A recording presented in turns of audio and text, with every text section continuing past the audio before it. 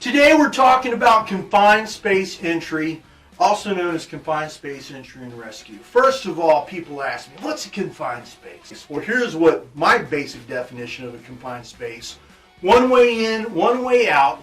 We don't ever do any normal working activity in this space. It's hard to get into, and there also could be some kind of hazard associated with that space, being environmental, snakes, wasps, bees, other type of creatures that are out there.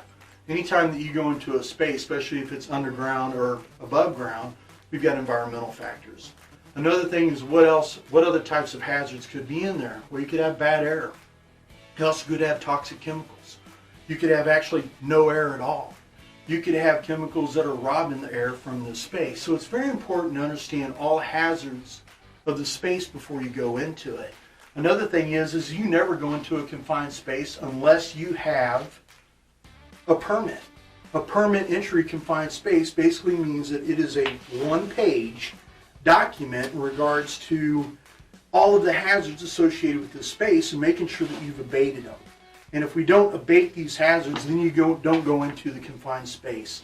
I often teach things to people. When I say teach things to people, I teach people about confined spaces. One, you got to be certified, trained, and authorized to go into it.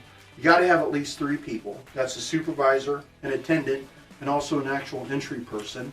Another thing is you need to test all the air before you go into it. And if there's any type of hazards, then we ventilate and or we mitigate those hazards. Other hazards could be like auger systems, electrical systems, a pump that's in a water and it's electrified. You never want to go into a confined space. I also teach basic concepts in regards to confined space, meaning that if you ever see anybody in a confined space and they're down, you do not go in after them. And this happens a lot at plants, facilities, and or construction sites where a worker will come along and see their worker down, or their friend, their buddy that they work next to. Heart starts pounding, they want to go in and rescue them, and then what happens is they too become the victim. Confined spaces are always marked. Warning, don't enter into a confined space. Danger, permit required, confined spaces. It's also in English and Spanish, so it's very important that all of your employees and your team members know about confined spaces associated with your facility. Another thing is by law that all the confined spaces have to be labeled. It's very important that all of your team members at your facility are aware of each and every confined space. OSHA states that you should do a hazard assessment on all your confined spaces, and that ought to be done on an annual basis. Another thing is drilling. Drilling and or having practices on removing mannequins and or people. And I like doing that. Every time we go into a confined space, I like to have a pre-safety meeting while we're doing the permit required confined space procedures, while we're doing air sampling and monitoring, while we're doing ventilation. Another thing is I always talk about a scenario that we could have in this space. And that really goes back to your job hazard analysis and just making sure that nobody gets hurt in that space. Another thing is having fun. If you guys aren't having fun, and when we talk about going into confined spaces, mostly confined spaces are a dirty job. They are very hazardous and they're not fun to go into. When I teach and I say have fun, you got to have fun with people. Another thing with confined spaces is making sure that those people that are in that confined space are, one, not claustrophobic. They're not scared.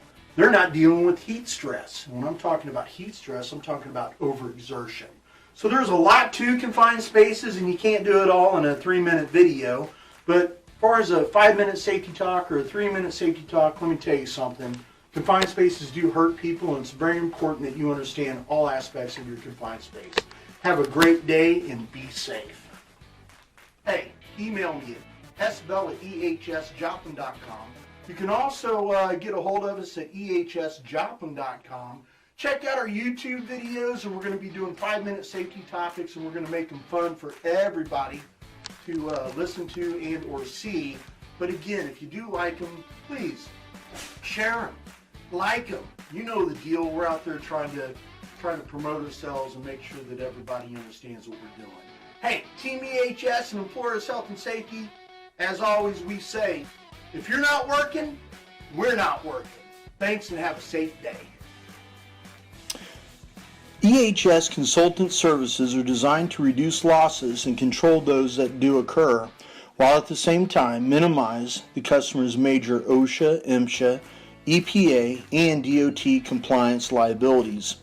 EHS LLC in no way guarantees complete regulatory compliance.